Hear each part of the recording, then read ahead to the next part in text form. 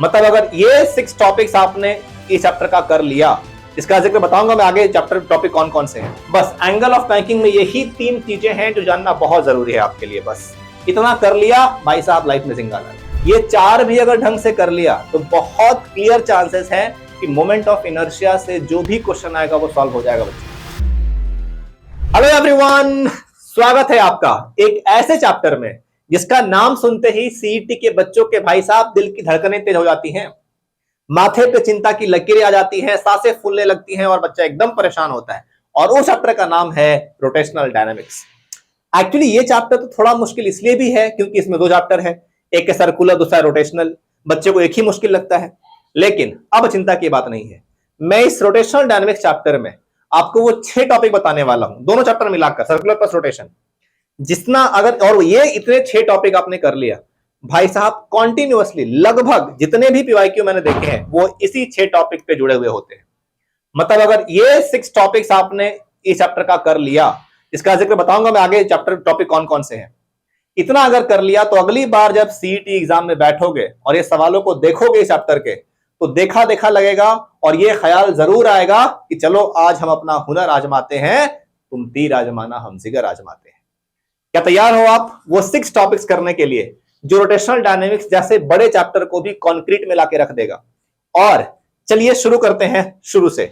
सबसे पहला जो है, आपको पता है कि इस चैप्टर का जो पहला ही टॉपिक है वो है सर्कुलर मोशन। कई बार सवाल इस सर्कुलर के एकदम फंडामेंटल से आते हैं, एकदम बेसिक से आते हैं, जैसे कि सर टाइम पीरियड और एंगुलर फ्रीक्वेंसी में क्या रिलेशन है? Sir time period is equal to 2π/ω, इसी को कभी कभी 1/f लिखते हैं। सेंट्रीपिटल एक्सेलरेशन को जोड़ देता है स्पीड और ओमेगा के साथ, तो centripetal acceleration is equal to v²/r या फिर ω²r।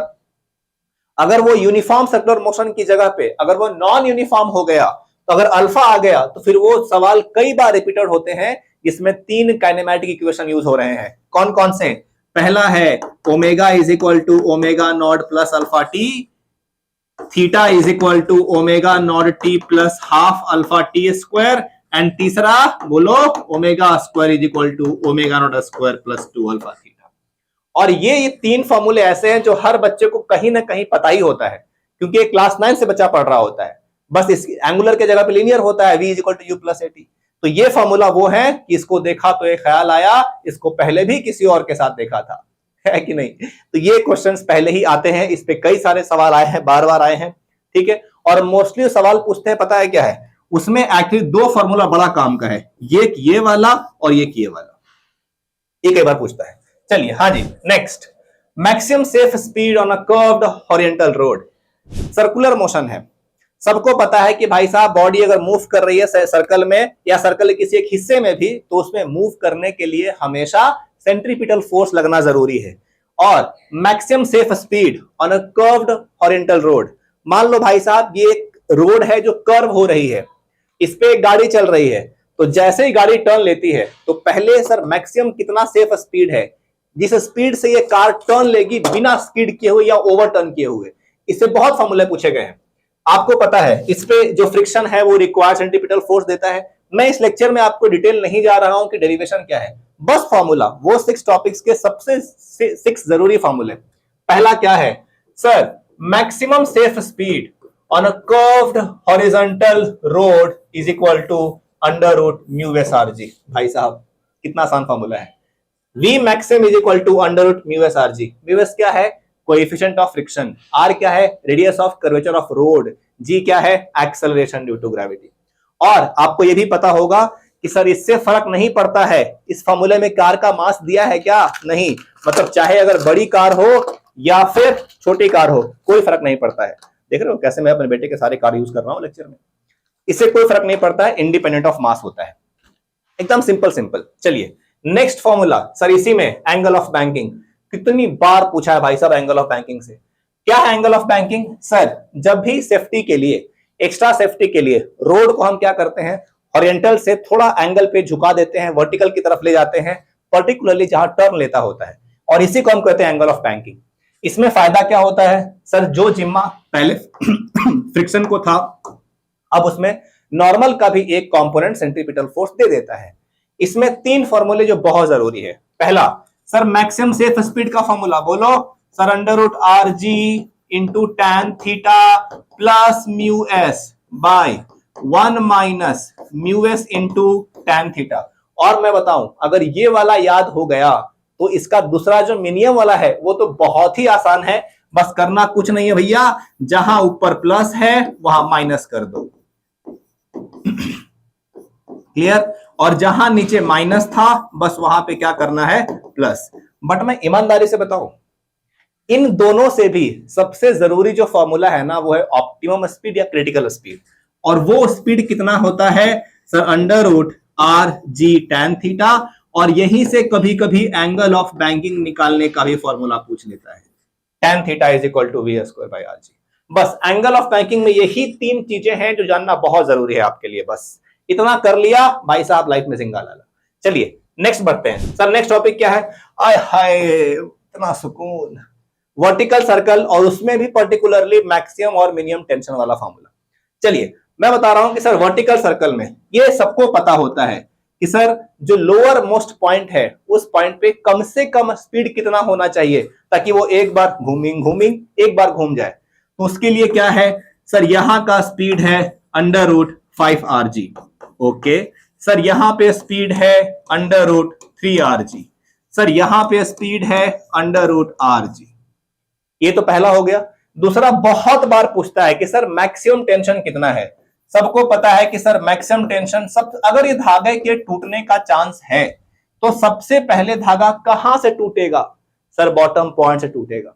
सबसे ज्यादा टेंशन कहां होता है, यहां होता है। अगर टूट, ये थ्योरी में क्वेश्चन आया हुआ है कि अगर उसके टूटने का चांस है तो सबसे पहले कहां से टूटेगा। आंसर है वर्टिकल सर्कल में बॉटम मोस्ट पॉइंट पे। क्यों टूटेगा? क्योंकि शीशा हो या दिल हो आखिर टूट जा, अबे नहीं, क्योंकि बॉटम पे ही सबसे ज्यादा टेंशन होती है। हाँ जी, अगर मिनिमम टेंशन की बात की जाए तो सर कहां पे टेंशन सबसे कम होता है सर, हाईएस्ट पॉइंट पे। कितना होता है sir, mv square by r minus mg। और सर अगर स्पीड की बात, एक फॉर्मूला मैं आपको और बोनस में देना चाहता हूं, और ये रेडीमेड फॉर्मूला जब नहीं रहता है बच्चों के पास तो उनको फिर एनर्जी कंजर्वेशन करना पड़ता है, बट मैं उसको आसान बना के दे रहा हूं। सुनो मेरी बात, अगर ये बॉडी मान लो ए से बी जाए, ये फॉर्मूला बहुत सारे बच्चों को पता नहीं होगा, बता रहा हूं, सुनो बहुत ध्यान से। अगर कोई बॉडी ए से बी जा रही हो, एंगल थीटा हो, यहां पर स्पीड अगर यू हो, तो थीटा एंगल जाने के बाद उसकी जो स्पीड होती है, बोलो याद है क्या किसी को, under root u square minus 2gr into 1 minus cos theta. बहुत ही ज्यादा जरूरी फॉर्मूला है बच्चों, बहुत ज्यादा जरूरी। Final speed is equal to initial speed and this you should always be the speed at bottom. सबसे पहले शुरू में जो स्पीड था, जैसे जैसे ऊपर जाएगा यहां से लेकर यहां तक उसकी स्पीड कम होती जाती है। तो कितना एंगल घूमने पर कितना स्पीड कम हुआ, बहुत जरूरी फॉर्मूला है। बोलो समझ में आ रहा है कि नहीं आ रहा है? क्या तुम चाहते हो कि बाकी चैप्टर्स की फिर मैं ऐसे ही जरूरी टॉपिक बता दूं, जरूरी फॉर्मूले बताऊं जिसमें सवाल आने वाले हैं? जल्दी कमेंट करना, जल्दी कमेंट करना। हाँ जी आगे बढ़ते हैं। ओ हो, मोमेंट ऑफ इनर्शिया में तो बच्चा इसलिए परेशान होता है कि सर कितना याद रखें, रिंग है, डिस्क है, हॉलो स्फीयर है, सॉलिड स्फीयर है, सॉलिड सिलेंडर है, हॉलो सिलेंडर है, उसके बाद सर कोन है, ट्रायंगल है, स्क्वायर है, प्लेट है। भाइयों और बहनों रुको, सिर्फ और सिर्फ इसमें बहुत ज्यादा फ्रीक्वेंटली आस्क्ड होता है ring, disc, solid cylinder, solid sphere, hollow sphere. बच्चा बोलेगा सिलेंडर भी तो आता है, तो क्या फर्क पड़ता है, हॉलो सिलेंडर रिंग जैसा होता है, सॉलिड सिलेंडर डिस्क जैसा होता है। ये चार भी अगर ढंग से कर लिया तो बहुत क्लियर चांसेस है कि मोमेंट ऑफ इनर्शिया से जो भी क्वेश्चन आएगा वो सॉल्व हो जाएगा बच्चा, पक्का। अच्छा मैं आपको इसमें ये भी बता रहा हूं कि रिंग में कौन से सवाल घुमाते हैं, डिस्क में हमेशा कौन सवाल घुमाते हैं, देखना है। चलो हाँ जी आप समझो। और इसके बाद भी अगर मेरे बताने के बाद कोई आपको सुझाव हो, कुछ कहना हो, जल्दी से मेरे इंस्टाग्राम आईडी प्रीतम090 पे जरूर बताना कि नेक्स्ट तुम्हें इसमें कौन से डाउट हुए, क्या सुझाव देना चाहते हो इसको और कैसे हम बेहतर कर सकते हैं। ठीक है, सबको पता है कि सर अगर ये रिंग है तो सर सेंटर ऑफ मास के अबाउट, परपेंडिकुलर एक्सेस के about moment of inertia mr square, diameter के about sir mr square by 2। ये सब बातें तो बच्चों को पता है, बट पता है सवाल घुमाते कैसे? रिंग है ना, वायर से बना होगा, उस पता क्या करता है, उस रिंग का ना मास नहीं देगा, तुम्हें रिंग का लेंथ दे देगा और लीनियर मास डेंसिटी दे देगा, और यहां बच्चा कंफ्यूज कर जाता है। तो यहां पे आपको पता होना चाहिए कि mass is equal to linear mass density into l. तो कभी कभी आपको मास को लैम्डा इंटू एल भी लिखना होगा, और फिर लेंथ क्या होगा sir, length will be equal to circumference. जो धागे की लेंथ है वो किसके बराबर होगी, सर्कमफेरेंस के बराबर। तो इस तरीके से मास को लीनियर मास डेंसिटी के टर्म्स में दिया जाता है। कई बार लीनियर मास डेंसिटी बोले तो अरे बोलना मास पर यूनिट लेंथ। अच्छा, सिमिलरली डिस्क में तो बहुत घुमाते हैं ऐसे क्वेश्चन। ये डिस्क है, मास दिया है या नहीं भी दिया रहेगा, रेडियस दिया रहेगा।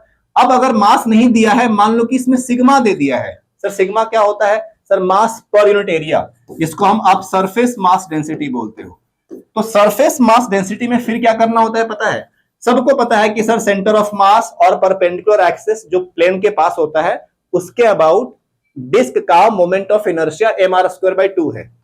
बट डायरेक्टली क्यों पूछेंगे, अगर डायरेक्टली पूछ देंगे तो भाई सीटी क्यों होगा वो। तो उसमें पता क्या करते हैं, mr²/2 पता है, बस mr²/2 के जगह पे कभी कभी या तो सरफेस मास डेंसिटी दे देंगे, तो उसमें आपको करना क्या पड़ेगा, उसको मास लिखना पड़ेगा आपको sigma into pi r square. कभी कभी पता है डेंसिटी भी देते हैं भाई, तो डेंसिटी तो मास इज इक्वल टू क्या, डेंसिटी इंटू वॉल्यूम, और जब डेंसिटी देंगे तो उस केस में thickness of this circular disc भी देते हैं। तो इसको बहुत ज्यादा घुमाते हैं, कभी रिंग में मास को लीनियर मास डेंसिटी में, मास को सरफेस मास डेंसिटी में, और मास को वॉल्यूम में।